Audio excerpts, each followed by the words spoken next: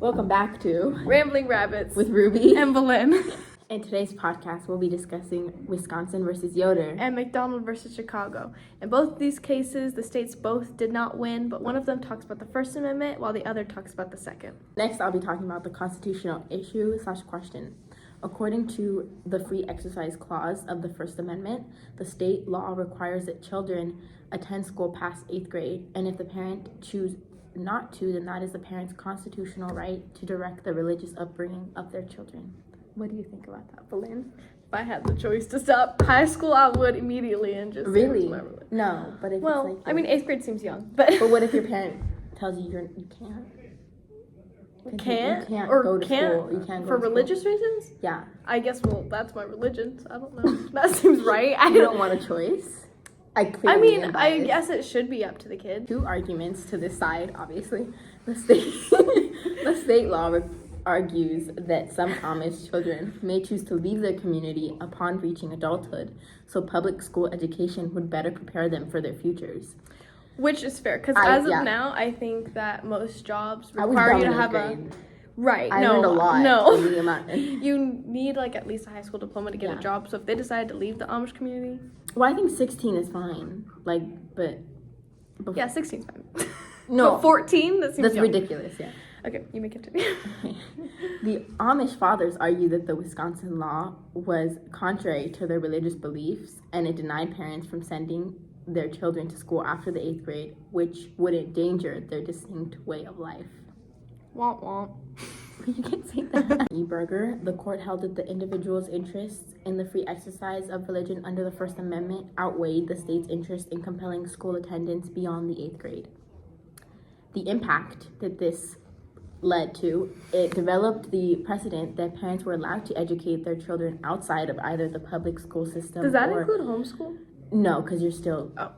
I was homeschooled, I should know. Or traditional... I can tell. Or traditional private schools. So this made it more important for the free exercise of religion. My personal opinion is that I believe that children learn a lot of who they want to be and what they want to do in high school. Even just social skills are improved so much after 8th grade. So for parents being able to stop their children from continuing school after 8th grade seems like not a good decision. They are not old enough to make that decision themselves and should be required to go to school, especially if they realize the future their life, the life their parents set for them is not what they want, and it would be difficult to integrate back into society. Yes. This podcast is sponsored by Icebreakers. Keep cool, stay fresh, break the ice. So Try it again.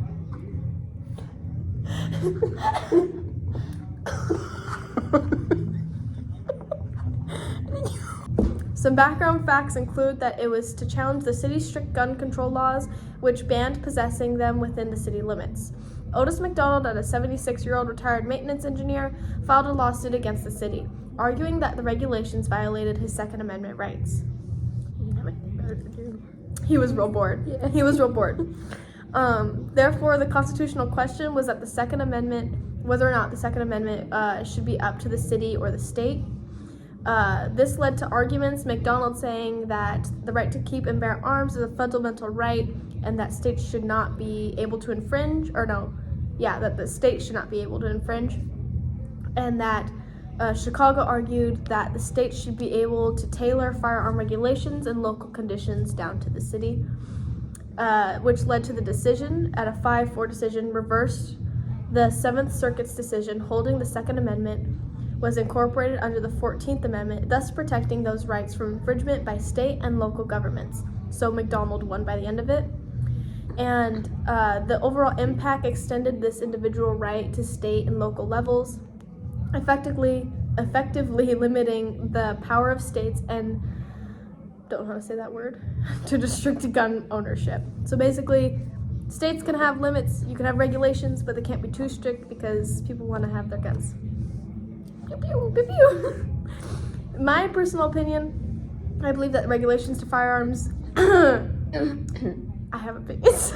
I believe that there should be a lot of regulations for firearms. I don't think someone should just be able to go in and get an assault rifle for fun, but I think if you want to have a pistol for self-defense in your home in a safe manner, then I think that's fine. But I don't think it's justified to own an assault rifle just to have one. This has been Rambling Rabbits.